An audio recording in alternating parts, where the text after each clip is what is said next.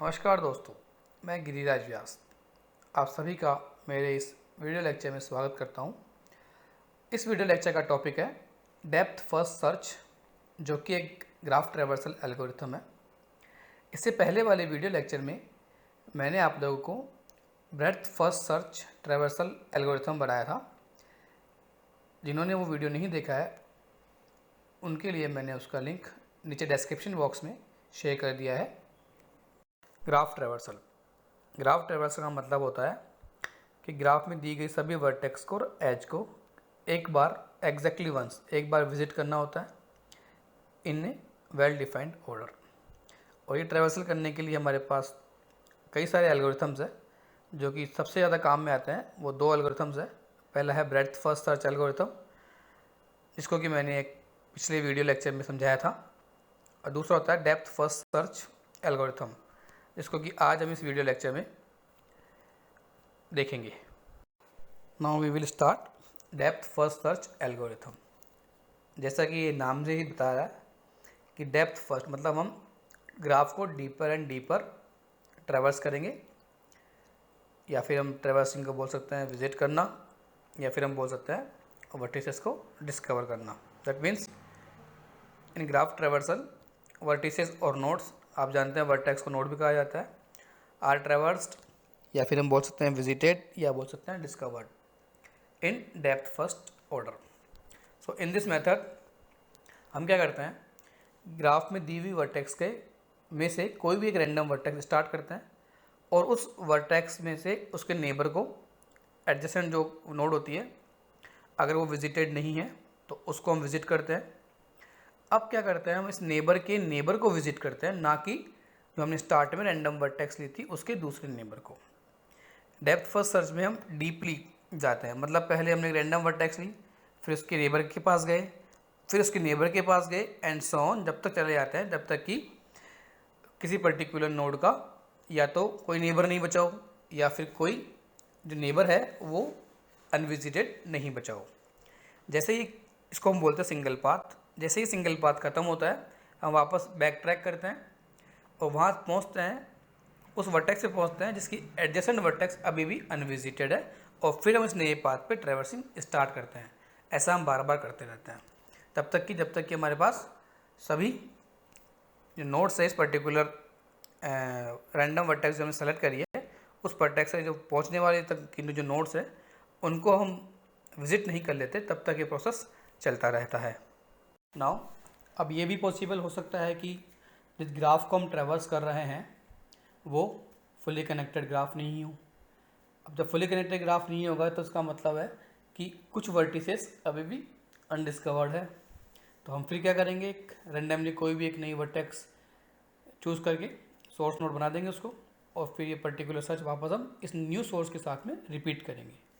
और इस प्रोसेस को हम बार बार तब तक करते चले जाएंगे जब तक कि सभी वर्टिसेस डिस्कवर्ड नहीं हो जाती है। तो जितनी बार ये एल्गोरिथम चलेगा उतने ही इसके आउटपुट आएंगे। तो इसलिए इसको जो आउटपुट्स आएंगे वो forest of depth first traversal trees कहलाते हैं। मतलब यहाँ पे हमारे पास more than one depth first traversal trees के चांसेस रहते हैं। So the output of the DFS algorithm is a forest of depth first traversal trees. Now अब जो हम एल्गोरिथम पढ़ेंगे उसमें हम हर एक वर्टेक्स के लिए 4 वेरिएबल्स मेंटेन करते हैं। पहला वेरिएबल है उसका कलर, जो कि किसी भी पर्टिकुलर वर्टेक्स का कलर बताता है at a given point of time. हमारे पास यहाँ पे 3 तरह के कलर्स होंगे, white colour, grey colour and black colour. तो अगर किसी वर्टेक्स का कलर वाइट है तो उसका मतलब ये है कि ये पर्टिकुलर वर्टेक्स अभी तक डिस्कवर्ड नहीं हुई है। उसके बाद अगर किसी पर्टिकुलर वर्टेक्स का कलर ग्रे है तो उसका मतलब होगा कि वो डिस्कवर्ड तो हो चुकी है बट अभी तक वो फिनिश्ड नहीं हुई है। और जैसे ही किसी पर्टिकुलर वर्टेक्स का कलर ब्लैक हो जाएगा उसका मतलब ये है कि इसकी प्रोसेसिंग कंप्लीट हो चुकी है, मतलब ये फिनिश्ड हो चुकी है। दूसरा जो वेरिएबल होगा वो होगा पेरेंट, जो कि ये बताएगा इसकी पर्टिकुलर वर्टेक्स का पेरेंट कौन है। तो इनिशियली किसी भी वर्टेक्स का पेरेंट अननोन रहता है, तो सभी जो इनिशियल वैल्यूज़ है वो हम नील असाइन कर देंगे। उसके बाद हम हर एक वर्टेक्स के लिए 2 टाइम स्टैम्प काम में लेंगे। पहला टाइम स्टैम्प होगा DU, जो कि ये बताएगा कि ये जो पर्टिकुलर वर्टेक्स है फर्स्ट टाइम कब डिस्कवर्ड हुई थी, मतलब फर्स्ट टाइम उसका कलर वाइट से ग्रे कब हुआ था। इसी तरीके से चौथा वेरिएबल है वो है एफ यू, जो कि सेकेंड टाइम स्टैम्प है, जो कि ये बताएगा कि पर्टिकुलर वर्टेक्स फिनिश्ड कब हुई थी, मतलब इसका कलर ब्लैक कब हो गया था। Now this is the DFS algorithm, जिससे कि इसमें कि हमने एक रिकर्सिव अप्रोच काम में ली है। कई टेक्स्ट बुक्स में आपको विदाउट रिकर्सिव DFS एल्गोरिथम भी मिल जाएगा, उस केस में हम उसमें स्टैक काम में लेते हैं, बट हमारे इस वीडियो लेक्चर में हम रिकर्सिव एल्गोरिथम ही देखेंगे। सबसे पहले हमने DFS एल्गोरिथम बनाया, उसका इनपुट है ग्राफ। तो पहली जो 4 लाइंस है उसमें हमने इनिशियलाइज कर दिया हर एक वर्टेक्स के लिए, सभी का वर्टेक्स कलर हमने कर दिया वाइट और पेरेंट सभी का कर दिया नील। एक टाइम ग्लोबल वेरिएबल लिया है, उसकी वैल्यू हो गई 0, जो कि हमारे टाइम स्टैम्प्स को ट्रैक करेगा। फिर हमने एक वर्टेक्स चुनी सेट ऑफ वर्टिसेस में से, फिर देखा कि उसका कलर अगर वाइट है, मतलब अभी वो अनडिस्कवर्ड है, तब हमने क्या करा, DFS विजिट फंक्शन कॉल किया विद दिस पर्टिकुलर नोड। फिर आप सेकंड DFS एल्गोरिथम में आइए, DFS विजिट यू के साथ में। तो जैसे हमने यू को चूज़ कर लिया, इसका मतलब इसको हमने डिस्कवर कर लिया है। तो डिस्कवर करते ही हमने जो फर्स्ट लाइन है उसमें लिख दिया colour of u equals to grey, time equals to time plus 1। सब फर्स्ट टाइम जब इस एल्गोरिथम में आएंगे तो टाइम की वैल्यू 0 थी, तो टाइम इक्वल्स टू 1 हो गया, d u equals to time.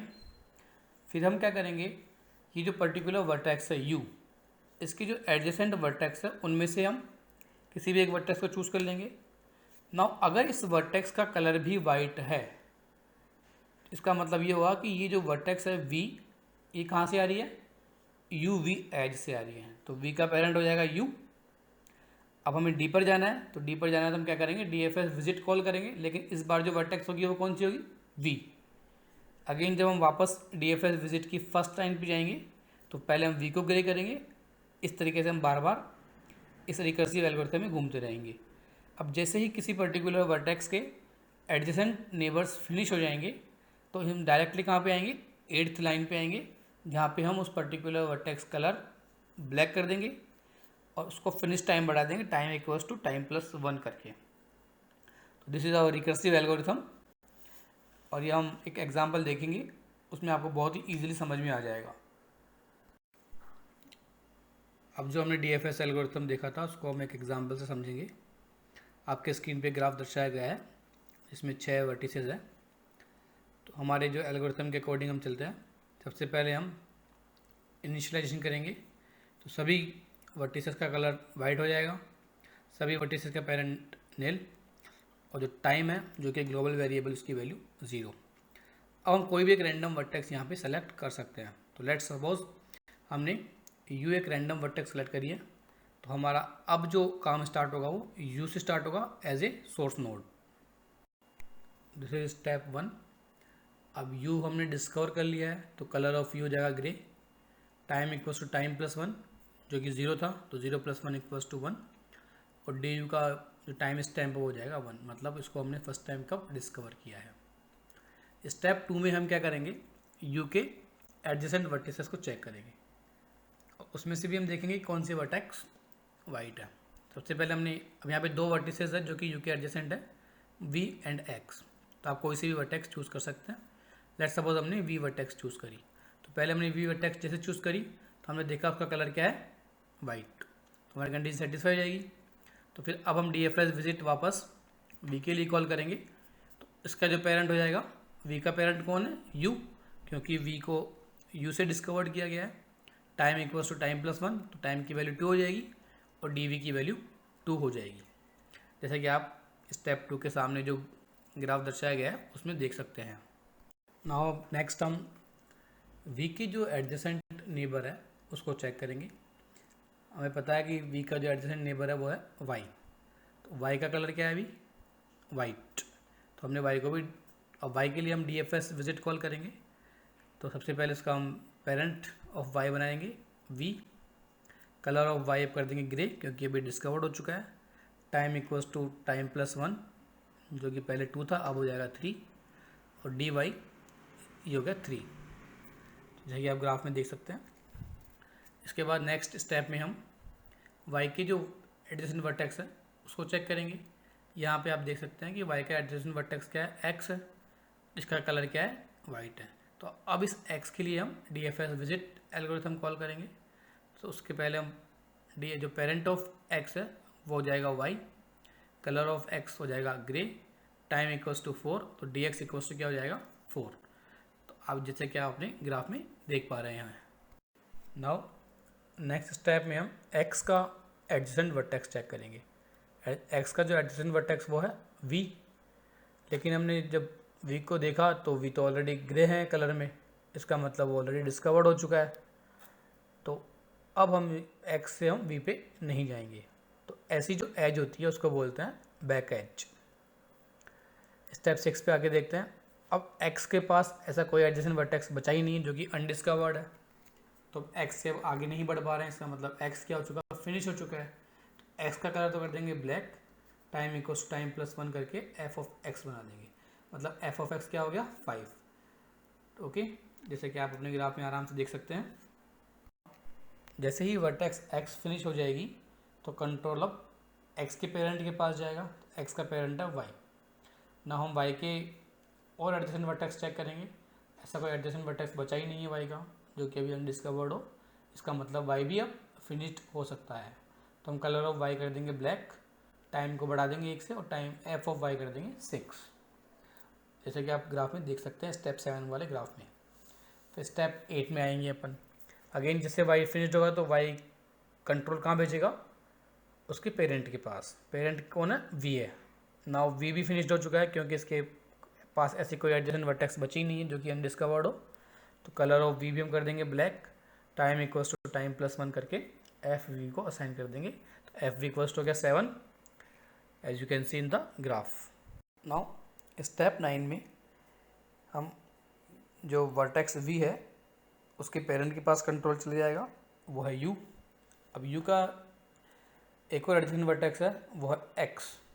तो जब x को हमने सर्च किया, विजिट किया, तो देखा कि x इज़ ऑलरेडी ब्लैक है। सो ये ऑलरेडी फिनिश्ड हो चुका है।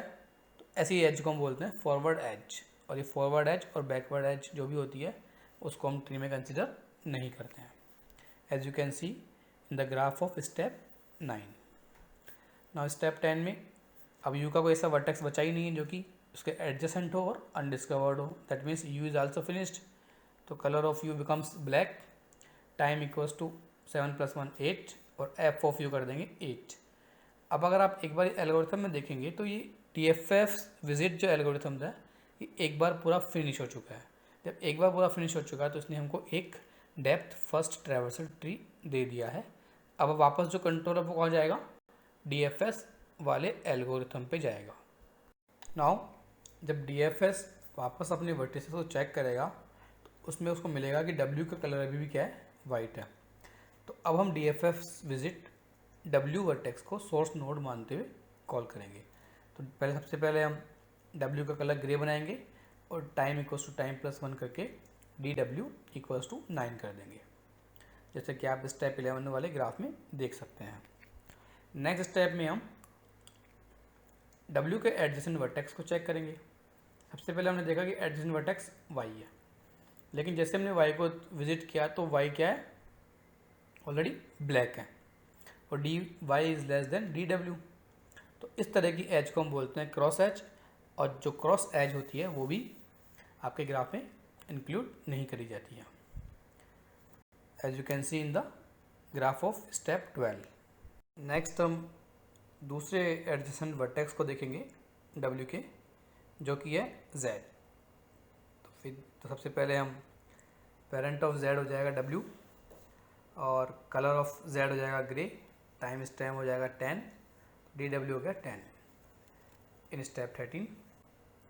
स्टेप 14 में फिर अब एक एज चेक करी हमने जो कि Z से शुरू के Z पे आ रही है, जिसको हम सेल्फ लूप बोलते हैं। और सेल्फ लूप भी हम क्या करते हैं, बैक एज कंसिडर करते हैं। और जो ग्राफ का आउटपुट आएगा depth first search traversal tree जो आएगा उसमें हम बैक एज को भी काउंट नहीं करते हैं। आराम से आप वीडियो पॉज करके स्टेप 14 के ग्राफ में चेक कर सकते हैं। नाउ इन नेक्स्ट स्टेप हम z के एडजेसेंट वर्टेक्स को चेक करेंगे, जो कि कोई है ही नहीं। इसका मतलब z अब फिनिश्ड हो चुका है। सो z का कलर हम कर देंगे ब्लैक और टाइम बढ़ा के हो जाएगा 11, तो f ऑफ z हो गया 11 as you can see in the step 15। अब स्टेप 15 के बाद स्टेप 16 पे आएंगे तो z अपना कंट्रोल खुद के पेरेंट को देगा जो कि था w। अब w का भी कोई एडजेसेंट वर्टेक्स बचा नहीं है, w भी फिनिश्ड, तो w का कलर भी ब्लैक कर देंगे। Time equals to time plus 1 करते हुए एफ डब्ल्यू की वैल्यू आएगी 12। Now there are no vertices left that are undiscovered in the graph. इसका मतलब हमारा depth first search traversal complete हो गया है। As you can see on your screen हमारे पास दो डेप्थ फर्स्ट ट्री मिले हैं। एक को तो मैंने रेड कलर से शो कर रखा, एक को मैंने ग्रीन कलर से शो कर रखा है। तो इस डेप्थ फर्स्ट सर्च से हमें दो ट्री मिले हैं और इसीलिए हम इस जो डेप्थ फर्स्ट सर्च का आउटपुट बोलते हैं वो बोलते हैं forest of depth first traversal trees. जो पहले वाला ट्री है जो कि रेड लाइन से दर्शाया गया है, उसका जो सोर्स नोड है वो यू है। उसके बाद वी पे आए, वी से हम वाई पे आए और वाई से हम एक्स पे आए। इसी तरीके से जो दूसरा ट्री है उसका सोर्स नोड है डब्ल्यू, डब्ल्यू से हम जेड पे आए। So this is all about depth first search traversal algorithm. काफ़ी इंटरेस्टिंग टॉपिक है। आई थिंक आप लोगों को समझ में भी आ गया होगा, और अगर आप लोगों को समझ में आ गया है और यूज़फुल लगता है तो please like and share this video. Thank you so much for watching my video. See you in the next video. तब तक के लिए आप लोग अपना अच्छे से ख्याल रखिए।